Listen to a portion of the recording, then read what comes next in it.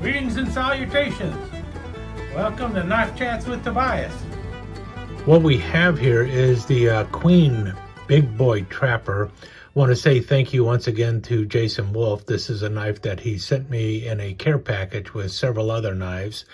Now, when I did the unboxing, I wasn't sure where this knife was actually made because, well, I opened up the blades and you can see here where it says Queen. And then it has the pattern number on the back, which is QN7565. Taking a look at the secondary blade, which is the spay blade, there are no markings on it at all. So all you have is the Queen shield and then the one tank stamp on there. And I wasn't sure if this was USA made or if it was made in China.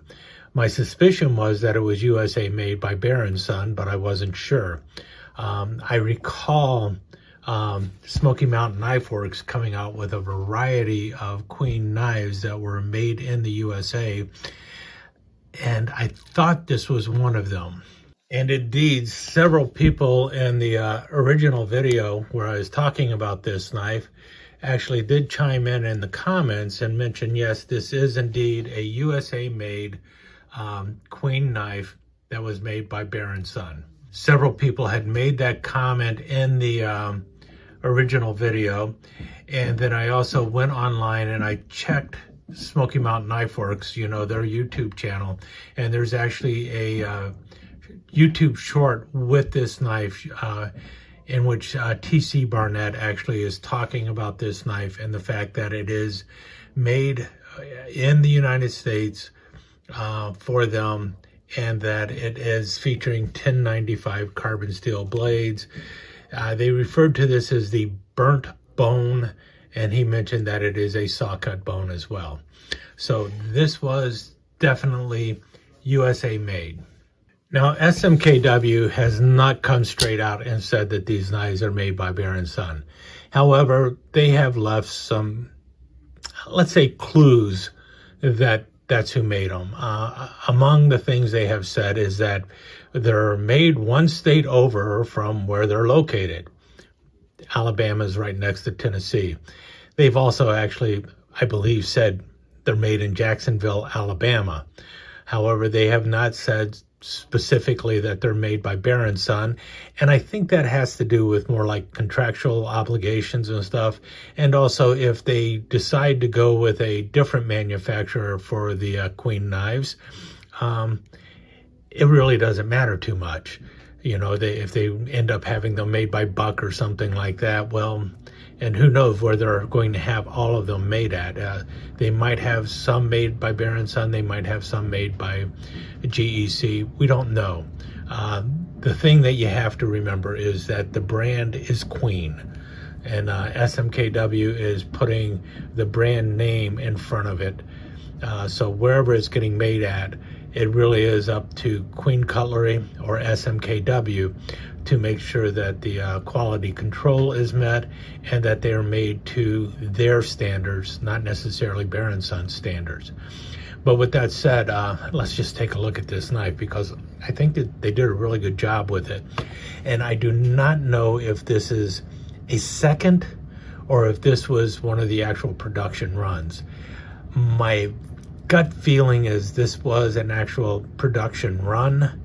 And if that was the case, then this knife was selling for $60 when it first came out.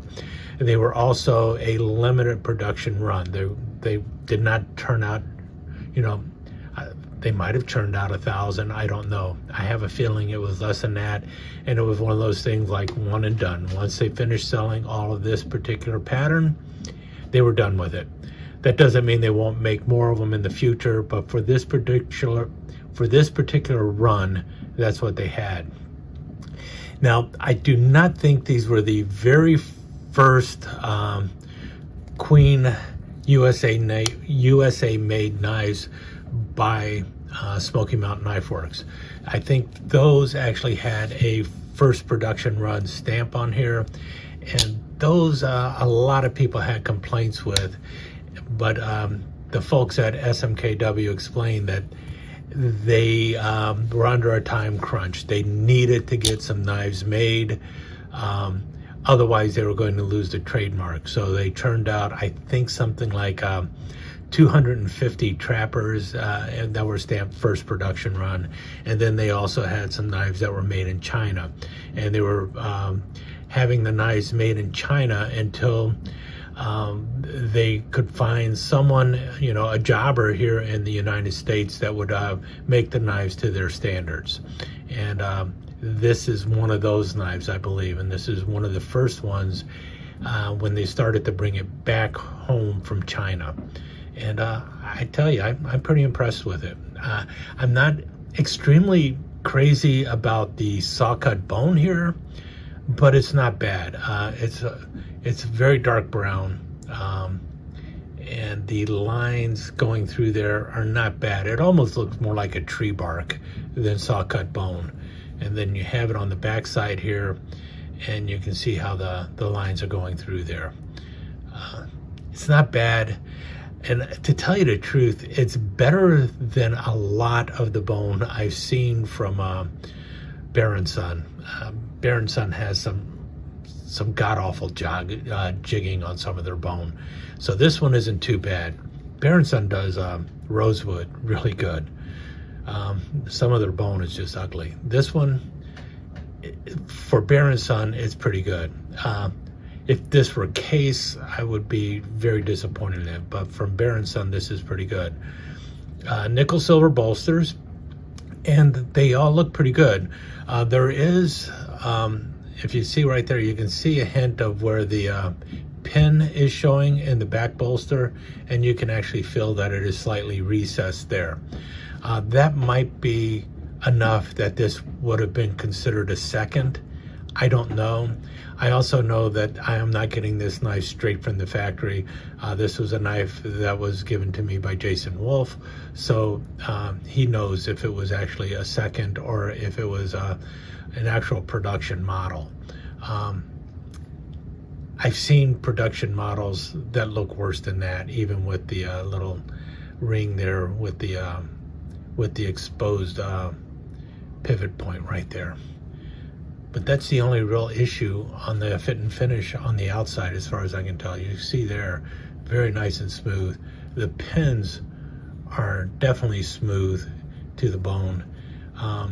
The shield is slightly recessed, which isn't too bad of a deal considering all the saw cut in there. And the saw cut, you can feel pretty good. The saw cut actually feels better than it looks in some ways. I like that. And the blade action is not the world's greatest. There is no half stop. It is a little lazy up at the top. It does give, it doesn't just roll around, but it does give a little bit up there, and then not a bad snap on there. Same with the spade blade, and the blade has a good belly on it, really nice belly. These are 1095 carbon steel blades, and you can see mirror polish. I'm going to have to do some wiping down before I put it away, because otherwise I will have some patina showing up very soon. It feels like a flat grind on that blade. Nice spade tip, not bad at all. And there is a slight clip there, but it is really closer to just a straight skinning blade. You can see there just a kind of a little drop point skinner going on there. And again, a flat grind, it feels like. It might be slightly hollow, but flat. There's none of that there's none of that match strike nonsense going on with the pull there. I like this nail nick. It's a nice plain nail nick. You do not see any kind of swedging going on, but it is a nice drop there.